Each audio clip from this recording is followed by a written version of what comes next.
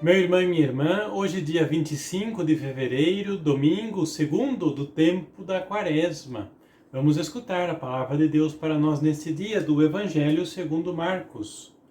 Naquele tempo, Jesus tomou consigo Pedro, Tiago e João e os levou consigo a um lugar à parte sobre uma alta montanha e transfigurou-se diante deles. Suas roupas ficaram brilhantes e tão brancas como nenhuma lavadeira sobre a terra poderia alvejar. Apareceram-lhe Elias e Moisés e estavam conversando com Jesus. Então Pedro tomou a palavra e disse a Jesus: Mestre, é bom ficarmos aqui. Vamos fazer 3 tendas, uma para ti, outra para Moisés e outra para Elias. Pedro não sabia o que dizer, pois estavam todos com muito medo.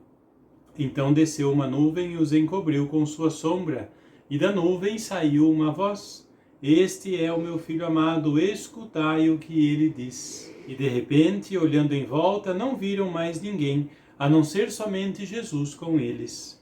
Ao descerem da montanha, Jesus ordenou que não contassem a ninguém o que tinham visto, até que o Filho do Homem tivesse ressuscitado dos mortos. Eles observaram essa ordem, mas comentavam entre si o que queria dizer ressuscitar dos mortos. Palavra da salvação, glória a vós, Senhor. Nós vemos com este evangelho Marcos que nos apresenta como que um parênteses no evangelho. Estava contando a história de Jesus, coloca este parênteses para depois continuar. Neste parênteses, a passagem da transfiguração, como assim nós conhecemos. É como se fosse uma antecipação do final. Marcos recorda o final da vida de Jesus, insere neste parênteses, para que os discípulos recarreguem as suas energias, as suas forças. O que diz então este evangelho? Jesus aparece transfigurado, com as roupas tão brancas e com uma luz que emanava do seu corpo, de modo que quase não podiam enxergar, olhar na direção de Jesus, simbolizando que a ressurreição é certa, que nada nem ninguém vão atrapalhar a ressurreição de Jesus, que ele vai vencer, que a sua veste vai estar pura e branca, sem nenhuma mancha de erro, de maldade do inimigo. Ele vencerá a todos. Além disso, nós vimos que junto com Jesus aparecem Moisés e Elias conversando com ele, para dizer que o Antigo Testamento, Moisés simboliza a lei e Elias os profetas, o Antigo Testamento conversam com Jesus. Não são outra história, outro período, outra palavra de Deus. São a continuidade. Jesus é a plenitude de Moisés e Elias do Antigo Testamento. Ainda nós vimos que Pedro quer ficar lá em cima, porque entende que aquilo que ele está vendo é a ressurreição, é a antecipação da ressurreição de Jesus. E ele quer ficar por ali, sabendo já que para chegar na ressurreição, preciso antes passar pela morte. De fato, alguns capítulos atrás, Jesus havia dito que deveria ser entregue nas mãos dos filhos dos judeus, sofrer muito, ser crucificado e morrer. E Pedro dizia: não, Senhor, que isso não aconteça. Pedro ainda não fez este amadurecimento de fé, de entender que para chegar na ressurreição é necessário passar pela cruz. Por isso, pensa de ficar já por ali, com aquele sentimento bom, vendo Jesus glorificado. O que então que esta palavra pode dizer para nós neste dia? A primeira leitura de hoje nos conta a história de Abraão. Deus que o chama e pede que ele sacrifique o seu filho Isaque. Nós sabemos bem como termina a história. Deus faz isso para verificar a maturidade da fé de Abraão. Talvez conosco hoje Deus não vai mais fazer desta maneira, mandando que nós sacrifiquemos alguém para demonstrar o quanto somos maduros na fé. Deus nos experimenta de outra maneira. Deus faz-nos sentir o seu amor, a sua misericórdia. Deus nos faz sentir o seu abraço de Pai que nos acalenta, que preenche o nosso coração.